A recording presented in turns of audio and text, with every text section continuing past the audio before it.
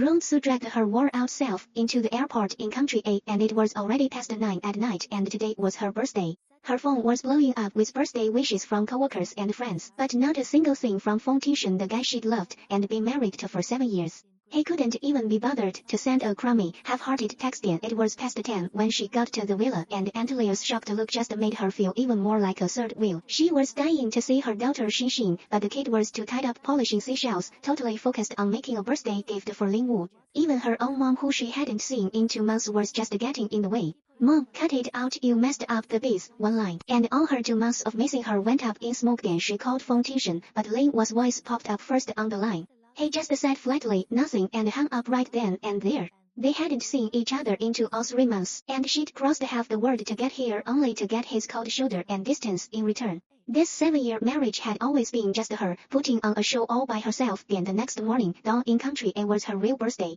Holding onto her last little bit of hope, she asked Feng Tishan to take their daughter out for a family meal. It was her only birthday wish. He just texted back, "Hit me up when you pick the place," and went mere after that. Then as she was heading downstairs, Xinxin and Aunt Leah's conversation cut her deep, like a bunch of sharp knives. "Dad and I like Aunt Lin Wu way better. Mom showing up is gonna be so awkward. Can't Aunt Lin Wu be my mom instead?" That kid she'd carried for 10 months and raised with her own 2 hands, she'd finally been pushed away by Feng Tishan's favoritism. She quietly stuffed the gifts she'd brought for her daughter back into her suitcase, her heart totally numb. Near noon, Feng Tishan's text came right on cue, but it just said, "Got something important at noon, lunch cancelled." She was used to him putting her on the back burner, but this time, under that numbness, there was nothing but ice-cold emptiness. Then she wandered around aimlessly, and before she knew it, she'd driven to the restaurant she and Feng Tishan used to frequent. But right at the door, she saw the most heartbreaking thing: Feng Tishan, Lin Wu and Xinxin, sitting together all cozy and happy. Lin Wu was teasing Xinxin softly. Xinxin leaned over to eat the pastry Lin Wu had taken a bite of, and Feng Tishan's eyes were locked on Lin Wu the whole time, gentle in a way he'd never been with her. So that's what he meant by something important, spending her birthday with another woman and her own daughter.